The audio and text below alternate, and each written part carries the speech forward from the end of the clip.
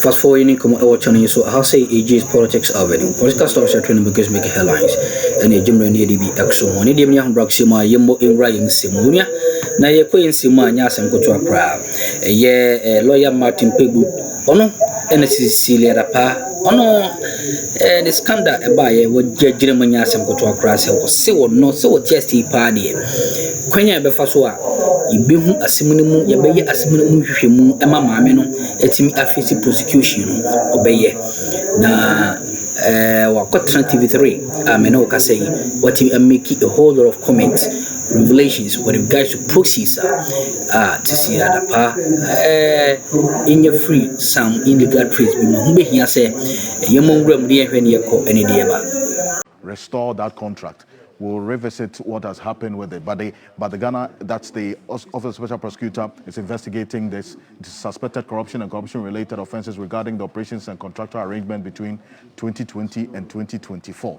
That is a matter that they are looking at as well. The Ghana Education Service investigations into suspected corruption and corruption-related offenses regarding the large-scale sale of appointment letters.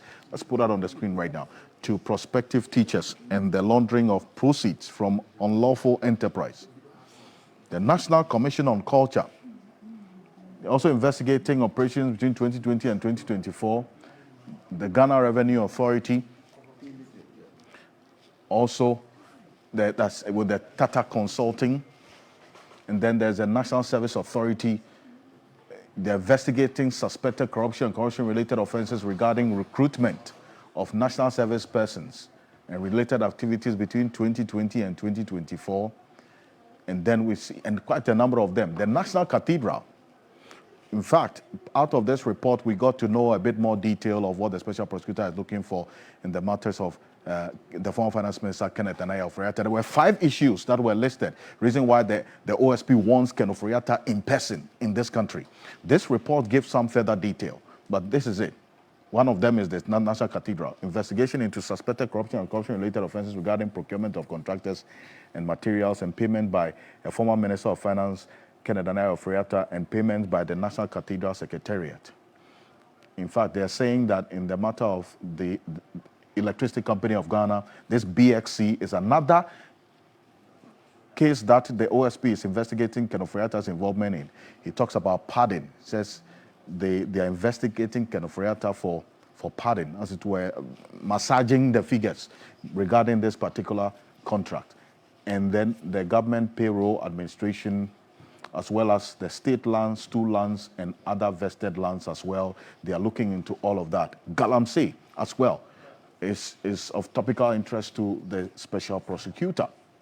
These are the 17 cases that the Special Prosecutor is looking at as well. Going forward. And I'll be joined by another private legal practitioner.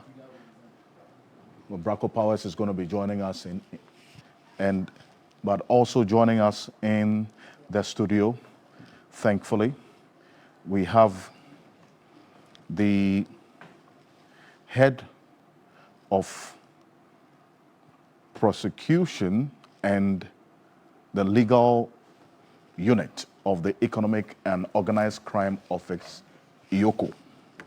He's a private legal practitioner, lawyer Leo Anthony Siama. Good morning to you. Thank you for joining us.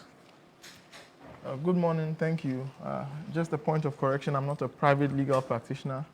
I work exclusively for the Economic and Organized Crime Office, and by virtue of that, the government of Ghana. Thank you very much. And a lawyer, by the way, Leo Anthony Siama. Thank you. Thank you. Thank you for joining us.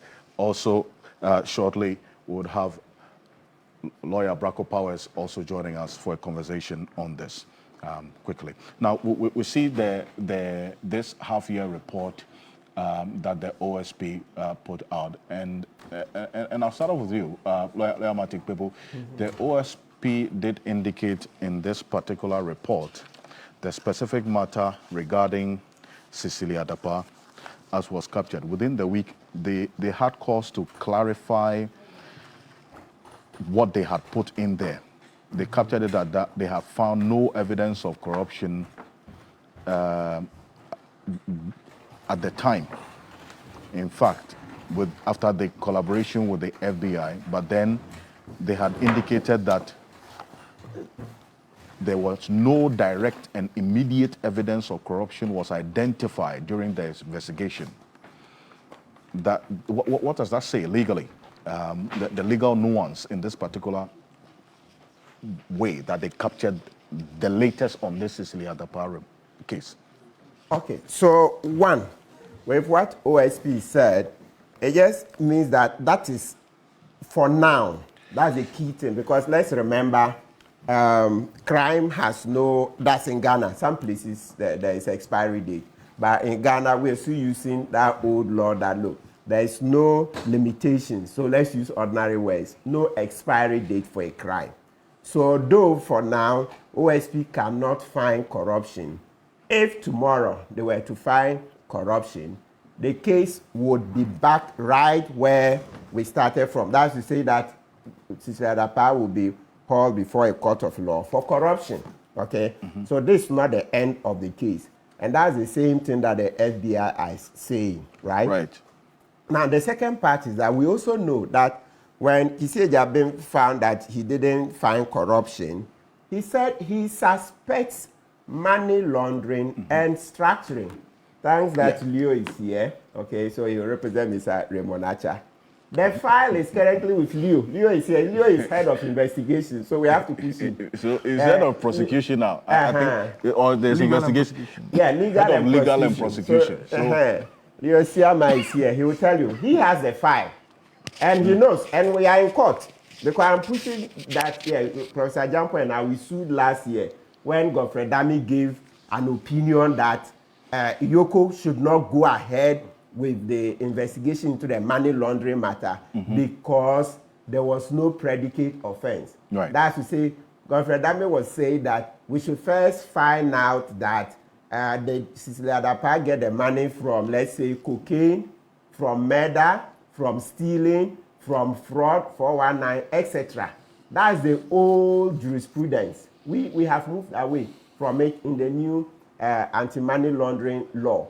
Yet Godfrey Dami, as Attorney General, okay, had this opinion delivered to Iyoko, then headed by Mami Tiwa Addo Dankwa, and we all know the things Tiwa Addo Dankwa was doing for Akuffo Addo, covering the Sewa Broni case, Abu Jinapo, and this Asensu Buachi, that case against them, etc. Many cases that you would find Mami Tiwa Addo Dankwa then at the CID covering up for Akuffo Addo. So she went to Yoko and the same thing. You remember even the NAM1 case. That's how she came out and said there's no case against NAM1.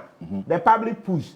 The NAM1 case went to court and NAM1 is asked to open his defense. A case that head of Yoko came and said no, they don't find anything that NAM1 is done wrong that can be prosecuted in a court of law. Yet eventually it went and it has passed submission of no case, where NAM1 is now having to open his defense, right? So you see from everything that when that opinion was given, I could see that this was a sham opinion. So we spoke with Jampo, etc., and we agreed that we'll sue.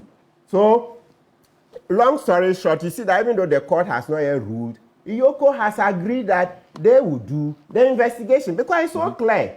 Article 286, Clause 4 of our Constitution says that if we find you with money, okay, I mean, and of course, any asset at all, and that asset is not your salary, that's your income, it's not inheritance, it's not a loan, etc. There's a fourth one, or it's not a gift, thank you, Honorable. It will be deemed to have been illegally obtained.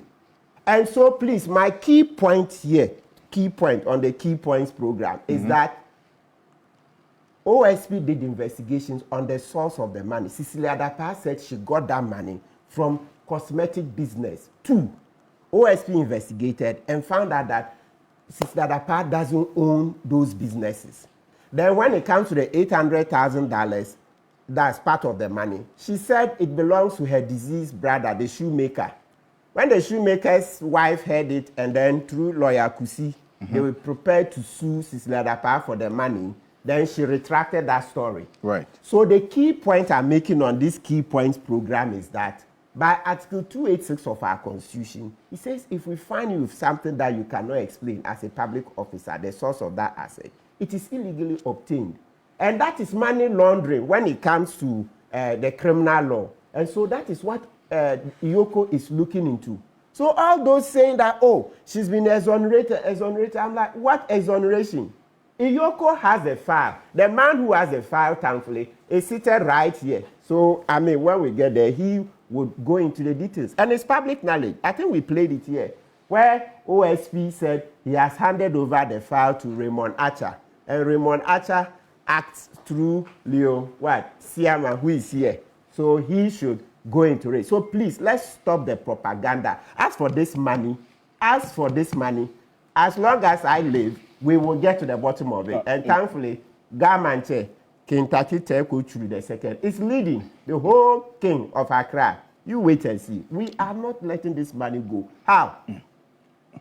Over when you put everything together, over $1.5 million, then you come to the Ghana cedis, over 5 million Ghana cedis. I recall that the former Attorney General's position was that to the extent that there was no predicate offense, right? Yes. That relates to money laundering. There was really no need for Iyoko to waste his time investigating something of the sort, because there had to be an offense or an action that related to what OSP is saying is suspect to be the proceeds of. But there hadn't been, in his opinion, I'm sure that's what he said. Yeah. Reason why Iyoko returned the document back to the OSP, that look, we don't want to waste our time on this. This is what the Attorney General is saying to us. So what is your point of departure on this? Especially because at the time, in the mind of the legal unit of Iyoko, what the Godfrey Dame had indicated or had advised them had some sound consideration in there. It didn't have sound consideration. Why? It was just political machination. You know, so I'm coming to the why. Okay. Look, Parliament has expressly, I want to read the bill to you. Parliament has expressly said that in order to comply with Ghana's international obligations, they were passing a new anti-money laundering act. And one of the key things they're doing is to move away from the requirement of a predicate offense. It's expressed in the bill. I think I've read it here a number of times. I've read it here. Don't worry, we'll find it. I'll read it again. And it's good Leo is here. If I'm wrong, of course, he knows that he can correct me. In law, we are not afraid to make mistakes. If I'm speaking wrong law, Leo knows that he has to correct me immediately before I pollute Ghanaians, right? Okay. So, and that's the matter we are even fighting in court. And before we even finish fighting, okay, Iyoko is saying that, and it's because Leo and Co believe that what Jampo and Na say is right. That's why they went for the docket. That's why they took it from Kisié Jabe, and they are doing the investigations. If they thought it was wrong, they would have just said, look, come on, I mean, it's wrong, so let the court decide, okay? So what that Godfrey Dame wrote, I'm telling you that Parliament has expressly said that we, in order to meet our international obligations, right, we are passing a new anti-money laundering act. Is it 1041, Leo? Correct? 1044. 1044, thank you. 1044. And one of the key things they said is that we are jettisoning the requirement for, or is it you say requirement of a predicate offense. It's expressed in the bill. We've read it, and then we've shown it the court, okay? And you know what this in Parliament was doing? Parliament was trying to catch up international, because for the UK, as far back as 2002, they have this law they call Proceeds of Crime Act, where they said, look, no, we are no longer insisting on a predicate offense. So if you check 2002 to when we passed our law, at least that was more than 20 years, okay? So please, this thing, that predicate offense, that is not law. We have moved on, and that's something that everybody should understand. It's an express provision in our law. Section 1, subsection 3 of the Anti-Money Laundering Act says that when we are investigating Section 1, subsection 3. Yes. So, for the benefit of our viewers, let's put that on the screen. I think we put it up. Section 1 let's word. At 1044 is what you have there. A person shall not engage in money laundering. A person commits an offense of money laundering if the person knows or ought to have known that a property is or forms part of the proceeds of unlawful activity, and the person, let's flip to the next one, converts, conceals, disguises, or transfers the property for the purpose of one. That's the explanation. Okay, concealing or disguising the illicit origin of the property, or assisting any person who is involved in the commission of the unlawful activity to evade the legal consequence of the unlawful activity. And then B, conceals or disguises the true nature, source, location, disposition, movement, or ownership of, or rights to the property, or acquires, uses, or takes possession of the property, knowing or suspecting at the time of receipt of the property that the property is or forms part of the proceeds of unlawful activity. And the 3, where a person under investigation, this is where you base your argument, where a person under investigation for money laundering is in possession or control of property which the person cannot account for and which is disproportionate to the income of that person from known sources, that person shall be deemed to have committed an offense under subsection 2. Please read it again slowly. No. Yes, that's the thing. Read it. Please read it. Is that so where a person under investigation for money laundering is in possession or control of property which the person cannot account for and which is disproportionate to the income of that person from known sources, the person shall be deemed to have committed an offense under subsection 2. Good. And you see, the context is that already at OSP, Cecilia Dapaah couldn't explain the source of the money. But at the time, case. But the argument was that the OSP was not investigating money laundering. So Cecilia Dapaah was not under investigation for money laundering.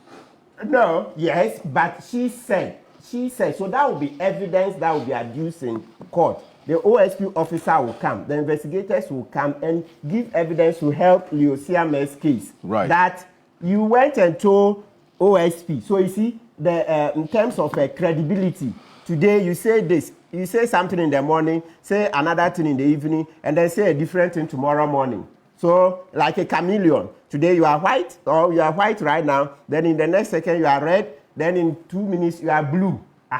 So such a thing, you think a court of law will sit down? A court of law. Look, even in Nigeria, good luck, is it Jonathan's wife? Good luck, Jonathan's wife was found with plenty money. She couldn't explain. They took it. The same law. The same law. Good luck, Jonathan, the wife, right? We can Google it and see. And then another governor, was it the governor, another governor's wife. They said, what this money, where is it from?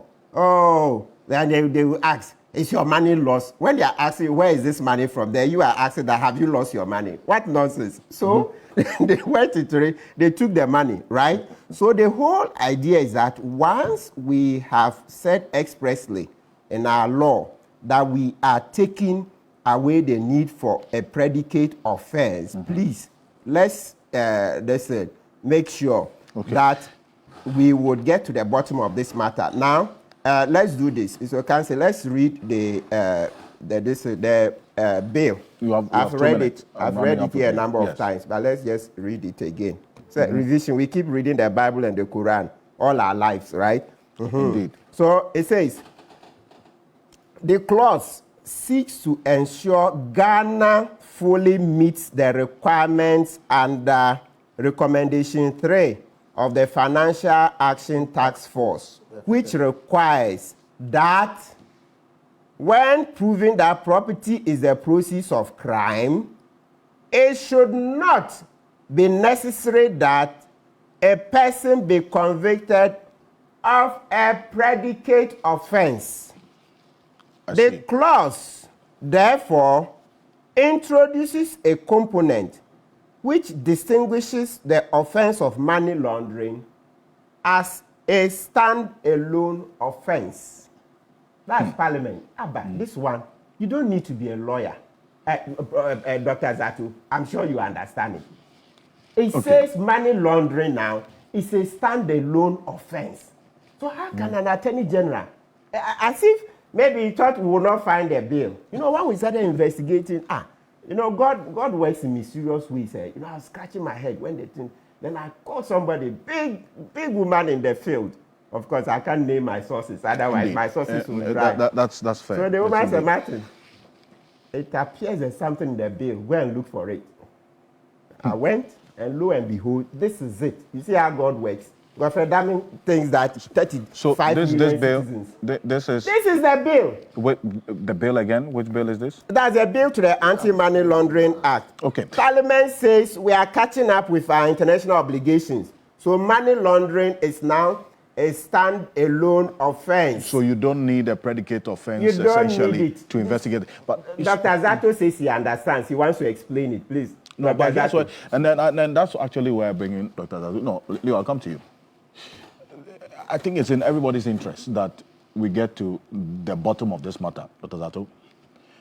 How we get to the bottom of it is where we're seeing things play out in a very rather different and interesting way, because the previous Yoko leadership agrees with a certain narrative which has been clearly questioned with legal references by Martin Kpedu. Reason why they didn't want to even waste their time going into investigating any matter of money laundering. Then there is a new leadership at IOCO who then sees reason to want to investigate this. And this is the same institution. How does that strike you? Yes. Thank you very much. You know, I've listened to Martin, and I must say you were very eloquent and you were very excellent in your presentation. On that note, and today on this morning, I confer on you the title of the Sergio Ramos of the NDC. You have proved that you are the Sergio Ramos of the NDC and the government, and you defend them excellently. Thank you. I confer that title on you succinctly. Nicely done. Wonderful. Excellent defender. Perfect. Ballon d'Or contender. Now I come to this case that I have to talk about. When is some hurting course or channel, so I'm not so dim, or hard as an isobody and the Dumbia Domini, Bessenshim, they are some consumers.